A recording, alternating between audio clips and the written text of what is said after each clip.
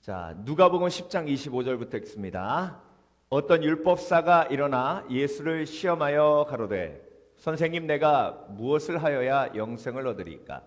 예수께서 이르시되 율법에 무엇이라 기록되었으며 내가 어떻게 읽느냐? 대답하여 가로되 내 마음을 다하여 목숨을 다하여 힘을 다하여 뜻을 다하여 주 너의 하나님을 사랑하고 또한 내 이웃을 내 몸과 같이 사랑하라 하였나이다. 예수께서 이르시되 내 대답이 옳도다. 이를 행하라. 그러면 살리라 하시니 이 사람이 자기를 옳게 보이려고 예수께 여짜오되 그러면 내 이웃이 누구오니까? 예수께서 대답하여 가라사대 어떤 사람이 예루살렘에서 여리고로 내려가다가 강도를 만나매 강도들이 그 옷을 벗기고 때려 거반 죽은 것을 버리고 갔더라. 마침 한 제사장이 그 길로 내려가다가 그를 보고 피하여 지나가고 또 이와 같이 한 레위인도 그곳에 이르러 그를 보고 피하여 지나가되 어떤 사마리아인은 여행하는 중 거기 이르러 그를 보고 불쌍히 여겨 가까이 가서 기름과 포도주를 그 상처에 붓고 싸매고 자기 짐승에 태워 주막으로 데리고 가서 돌보아 주고 이튿날에 데나리온 둘을 내어 주막 주인에게 주며 가로되 이 사람을 돌보아 주라. 부비가 더 들면 내가 돌아올 때에 갚으리라 하였으니 내 의견에는 이 세 사람 중에 누가 강도 만난 자의 이웃이 되겠느냐? 가로되 자비를 베푼 자니이다. 예수께서 이르시되 가서 너도 이와 같이 하라 하시니라. 아멘. 자, 기도로 마음을 청소하라. 자, 세 번째 주 지식 청소. 오늘은 이웃에 대한 지식 청소를 묵상해 보겠습니다. 자, 이번 주에 첫 번째 날은 월요일은 나에 대한 지식에 대한 청소, 어제는 하나님에 대한 지식의 청소, 오늘은 이웃에 대한 지식의 청소입니다. 내일은 악한 영에 대한 지식, 다섯 번째 금요일은 환경에 대한 지식 청소. 자, 오늘 율법사가 예수님께 찾아왔어요. 율법사란 어떤 사람이죠? 율법을 연구하는 사람입니다. 율법에 대해서 아주 잘 아는 사람이에요. 예수님께 와서 시험하여 여쭈어봅니다. 의도가 뭐였어요? 정말로 궁금해서가 아니죠. 시험하려고 예수님께 여쭤본 겁니다. 예수님이 얼마만큼 율법을 잘 알고 계시나. 어떻게 하면 영생을 얻을 수 있겠습니까? 예수님께 여쭤보니까 네가 잘 알고 있지 않느냐? 성경이 뭐라고 얘기하느냐? 하나님을 마음과 몸과 뜻을 다해 사랑하고 내 이웃을 내 몸과 같이 사랑하라 하셨습니다. 그래, 그렇게 행하라. 그리하면 너에게 생명이 임하리라. 그랬더니 율법사가 자신 있게 자기의 의를 증명하기 위해서, 자기의 의를 나타내기 위해서 예수님께 물어본 질문이 뭐냐면 이웃이 누굽니까? 라는 질문이에요. 그러니까 자기의 의를 드러내기 위해서 이웃이 누구입니까? 라고 물어봤다는 얘기는 그만큼 자기가 이웃을 사랑해 왔다는 것을 드러내기 위함입니다. 그런데 예수님께서 갑자기 사마리 사람에 대한 비유를 얘기를 하세요. 자, 율법사에게는 어떤 기대가 있었겠습니까? 이웃이란 율법을 잘 지키는 사람, 하나님을 잘 섬기는 사람. 죄인은 이웃이 아니에요. 죄인은 이웃이 아니고 죄인이에요. 그래서 죄인은 벌 받을 사람이고, 그런데 율법사로 볼 때에 이웃은 율법을 잘 지키는 사람, 그리고 거룩한 사람이에요. 그런데 예수님께서 그 율법사에게 이웃의 개념을 가르치시기 위해서 서만한 사마리아인 이야기를 하십니다. 자, 예루살렘에서 여리고로 내려가다가 강도를 만났어요. 그때 당시에는 옷이 귀하죠. 강도들이 제일 먼저 하는 짓이 그 사람의 보찜을 빼앗고 그리고 옷을 빼앗는 것입니다. 반항하니까 두드러 팼어요. 반 죽게 되었습니다. 거리에다 버렸어요. 제사장이 왔습니다. 제사장이 오고 딱 봤을 때 그 사람이 불쌍하게 여겨졌어요? 아니면 그 사람이 나에게 피해를 입힐 사람으로 느껴졌어요? 그 사람이 나에게 피해를 입힐 사람으로 느껴졌어요. 그러니까 여러분, 우리는요, 사람을 보면 그 사람이 이웃인가 적인가를 구별합니다. 여러분은 어떤 사람이 이웃입니까? 어떤 사람이 적입니까?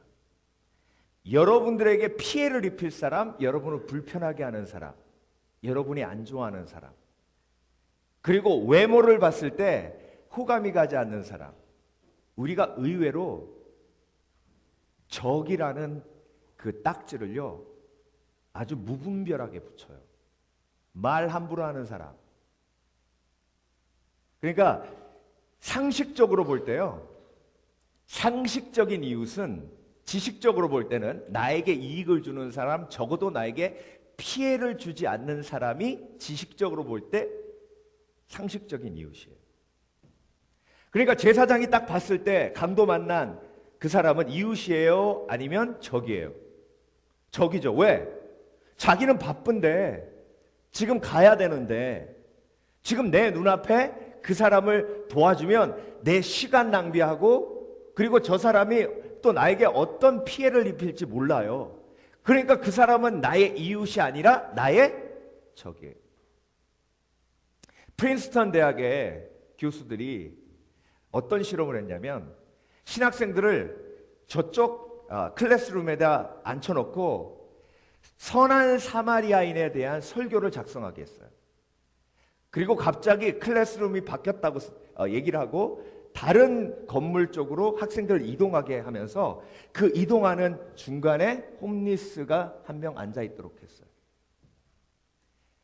70명의 학생들이 그 다른 빌딩으로 옮겨가면서 단 한 명도 그 홈리스를 도와준 사람이 없었어요. 선한 사마리아인에 대한 설교를 작성하는 신학생들에게. 그러니까 여러분, 우리에게 어떤 개념이 있냐면 지식적으로 나에게 이익을 주는 사람만 이웃이고요. 적어도 나에게 피해를 주지 않는 사람이 나의 이웃이에요. 감정적으로는 어떤 사람이 상식적인 이웃이에요? 내가 좋아하는 사람, 내가 편안한 사람, 나를 기분 좋게 해주는 사람, 이런 사람이 감정적으로 상식적인 이웃이에요. 내가 눈으로 봤을 때 내 느낌이 저 사람은 나에게 피해를 주지 않을 것 같은 느낌이 드는 사람이 이웃이라고요. 그렇기 때문에 사실 하나님께서 예비해 놓으신 정말로 필요한 이웃, 그 이웃을 그냥 지나칠 때가 많다는 거죠. 이웃의 반대말이 뭐예요? 여러분, 이웃의 반대말. 예수님께서 이웃에 대해서 얘기하시고 반대로 얘기하신 반대말이 뭐냐면 원수예요. 그걸 영어로 enemy, 적. 그러니까 이웃이 아니면 적이에요. 자, 상식적인 적, 우리가 보통 적이라고 생각하는 사람, 그러니까 적이라고 딱지를 딱 붙여놓고 가까이도 가지 않는 사람, 나를 힘들게 하는 사람, 나에게 피해를 주는 사람, 이게 지식적으로 적이에요. 감정적으로 내가 싫어하는 사람, 불편한 사람, 기분 나쁘게 하는 사람, 또 감정적으로 어떤 감각적으로 냄새나는 사람, 여러 가지 종류의 사람들이 있죠. 그러니까 여러분, 우리가 우리의 상식이, 우리의 지식이 청소되지 않으면요, 아무한테나 다 적으로 붙여놔요. 아무한테나. 그러니까 하나님이 정말로 내가 다가가기 원하는 사람에게까지도 적으로 붙여놔서 그 가까이 가지 않는 거예요. 아기가 태어나면요, 이제 조금 지나면 그 사람을 가리잖아요. 근데 제가 딱 가니까 아기가 막 울어요. 다른 사람이 가면 안 우는데 목사님이 가니까 울어요.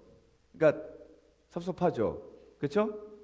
그러면 옆에서 부모님이 뭐라 그러냐면 목사님이야. 목사님이라고 울지 마. 그래도 얘는 계속 울어요. 근데 조금 자라다 보면 엄마가 아니야. 저 사람 무서운 사람 아니야. 목사님이야. 목사님이구나. 여러분, 우리가 누가 적인지 누가 아군인지 이웃인지 몰라요. 아세요? 몰라요. 그래서 사람을 분별하는 건 감성적으로 분별하는 것이 아니라 그 감성을 가지고 하나님 앞에 나아가 그 감성이 쏟아놓아질 때 하나님이 거룩한 감성을 넣어주시고 그 감성으로 그 사람이 적인지 아닌지를 분별하게 하시는 거예요. 사울이 다윗이 자기에게 질투나겠죠. 질투나게 하니까 그 감정 때문에 다윗에게 적이란 딱지를 딱 붙여놔요. 그런데 다윗은 사울이 자기를 죽이려고 함에도 불구하고 그 두려움의 감성을 하나님 앞에 올려드리니까 사울을 긍휼히 봐요. 그래서 여러분, 나에게 질투나게 하는 모든 사람을 우리는 지금까지 살아오면서 적이라고 붙이진 않았습니다. 아우, 재수없어. 저렇게 공부를 잘해. 재수없어. 좋은 학교 나왔으면 다야. 다 적으로 붙여놓으면 누구랑 친하게 지내시려고요? 외로워질 수밖에 없어요. 여러분, 상식적인 이웃과 상식적인 적을 뛰어넘어야 하나님의 뜻이 이루어져요. 레위인도 마찬가지예요.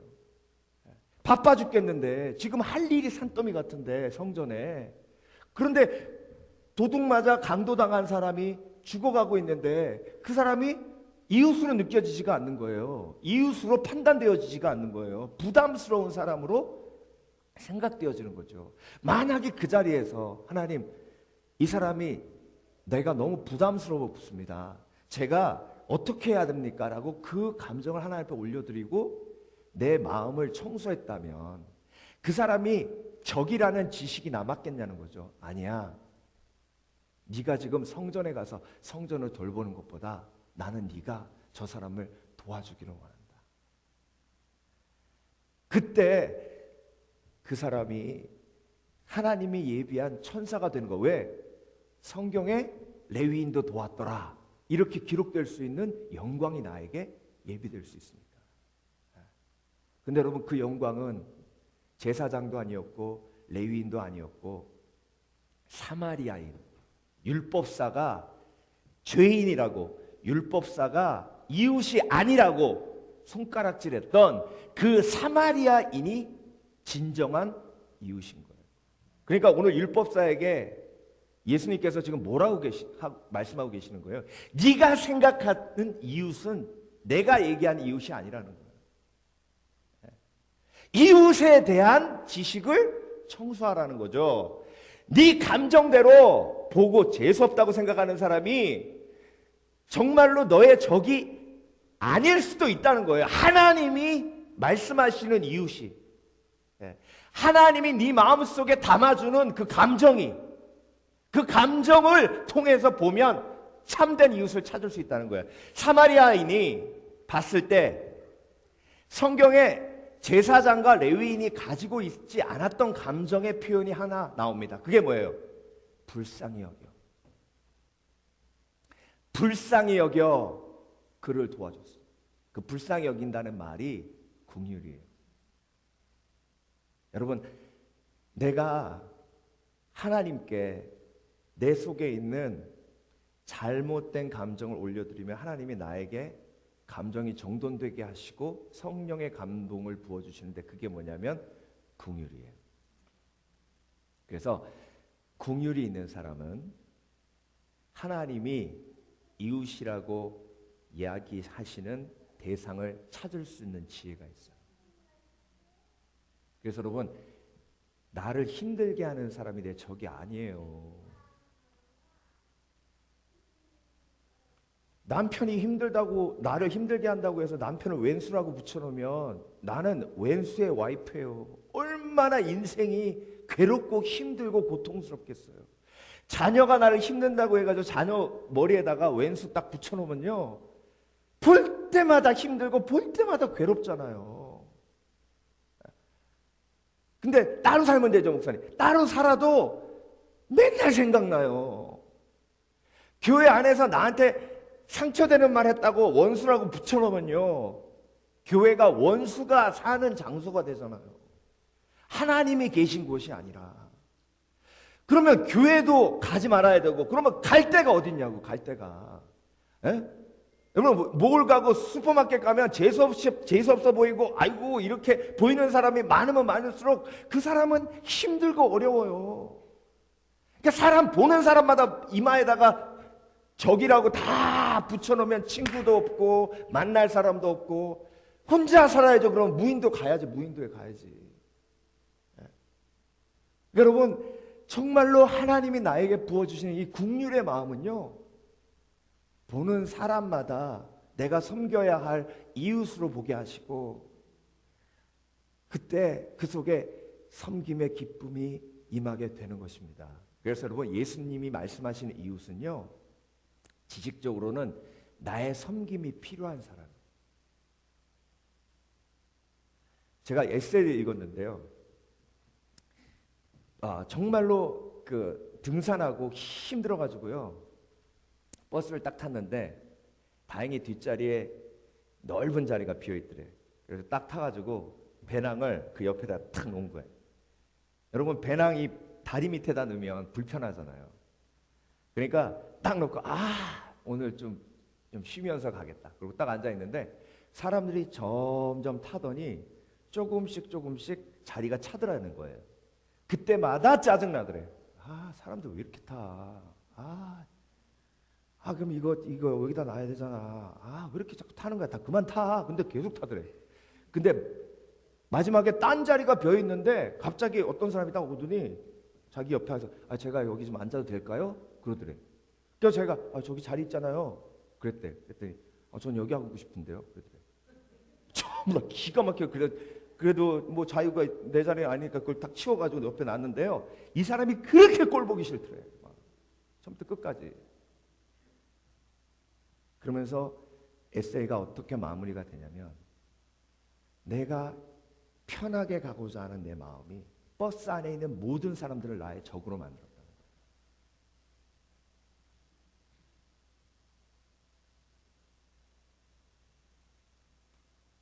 여러분 가정에서 어떤 기대가 있으세요? 가정에선 쉬고 싶은 기대가 있으시죠? 근데 가정에서 나를 못 쉬게 하면 그 사람이 적이 되는 거예요. 여러분 내가 어딜 가든지 하나님은요 그 장소에서 나를 부르셨어요. 어딜 가든지 하나님은 내가 섬기고 싶은 사람이, 섬겨야 할 사람이 있도록 하세요. 만약에 그 사람이 버스 탈 때 할아버지 할머니가 오시면 내가 자리를 양보해 드려야지 이러고 있으면요 버스에 타는 사람이 다 적이 될 수가 없어요. 버스에 타는 사람들이 다 내가 섬겨야 될 사람으로 보이죠. 이게 하나님이 나에게 주시는 지혜예요. 그래서 그 감정으로 하나님이 우리를 섬기게 하시는데요, 성령의 감동이 우리에게 임하면 국률이 여기게 됩니다. 국률이 여기게 되면 섬기고 싶은 마음이 우리 속에 생기고요, 섬기고 싶은 마음이 생길 때 그 사람이 나의 적이 아니라 나의 이웃이 되는 거예요. 그래서 행복한 사람은 이웃이 많은 사람, 행복하지 않은 사람은 왼수가 많은 사람, 적이 많은 사람. 근데 중요한 건 내가 그 사람을 적으로 여길 때 그 사람은 모를까요? 그 사람도 알아요. 저 사람이 나를 적으로 여기는 거 알아요. 그러니까 그 사람도 나를 적으로 여기는 거예요. 그래서 여러분 선한 사마리아인은요 착한 일 하는 사람이 아니에요. 선한 사마리아인은 감정이 정돈된 사람이에요. 그래서 이웃에 대한 지식이 청소된 사람이에요. 그 사람이 선한 사마리아인입니다. 잭슨 라저라는 아이가 있었어요. 10살이에요. 그때 당시에 10살이었어요. 근데 교회에서 목사님이, 그 교회는 어른하고 아이하고 같이 예배를 드린대요. 근데 목사님이 뭐라고 도전하셨냐면, 여러분 제가 누가복음 강해를 하는데 선한 사마리아인 이야기가 나왔습니다. 그래서 제가 이런 좀 프로젝트를 하고 싶어요. 교회에서 100불을 드릴 테니까 그 100불로 선한 사마리아인이 한번 돼보십시오. 그걸 하기 원하시는 분 손 들어보세요. 그랬더니 아무도 손 안 드는데 몇 명 손을 들더래요. 그 중에 하나가 잭슨 라저예요. 10살짜리. 그 사람들이 다 10살짜리가 뭐래? 근데 틀림없이 저 100불 갖고 막 이상하게 낭비하는 거 아니야? 막 이런 생각이 들죠. 반설 나이예요. 반설이가 만약에 손들었으면 저 돈으로 저 버라지 세일 한다고 그러지 않을까 막 그런 생각이 들 텐데, 아무튼 100불을 얘가 받아가지고요, 어떻게 할까 고민하다가 아빠한테 상의를 했대요. 아빠, 내가 이 100불로 선한 사마리아인이 되기 원하는데 나는 홈리스를 돕고 싶어요. 우리 집 옆에 거기 홈리스 있는데 가족이 있는데 그 가족이 집이 없어서 힘들어요. 그 홈리스를 돕고 싶어요. 그랬대. 근데 얘야, 그 100불을 그러면 그 사람들한테 갖다 주면 되잖아. 아니요, 이 100불을 갖다 주는 것보다 이 100불로 뭔가 더 의미 있는 일을 해서 돕고 싶어요. 그래서 아빠하고 아이하고 기도하다가 하나님이 주신 지혜가 뭐냐면 100불로 편지지와 우표와 봉투를 사서 아빠 친구들, 친척들 전부 명단을 뽑은 거예요. 그래가지고 이 아이가 한 달에 걸쳐서 손으로 편지를 일일이 다 썼어요. 이모 이러면서 우리 옆집에 누가 있는데. 그래서 편지를 다 보냈는데 한 달 후에 75명이 43,000불을 헌금했어요. 좀 놀라셔야 되는데. 그래가지고 마지막 그 프로젝트를 발표할 때 목사님이 그 아이를 간증을 시켰어요. 근데 그 간증을 듣고 회중에서 7,000불을 더 헌금해가지고 5만 불을 헤비탓에 헌금했어요. 그래서 그 헤비탓이 나와서 그 홈리스들에게 집을 줬어요. 여러분, 우리의 마음속에 내가 정말 선한 사마리아인이 되고 싶은 마음이 있는가? 나는 이웃에 대한 지식이 청소가 됐는가? 그래서 정말 이웃을 만들어내고 빌드업하는 삶을 살고 있는가, 아니면 적만 만들어내는 삶을 살고 있는가? 오늘 우리 함께 기도하며 하나님 앞에 나아가기를 원합니다.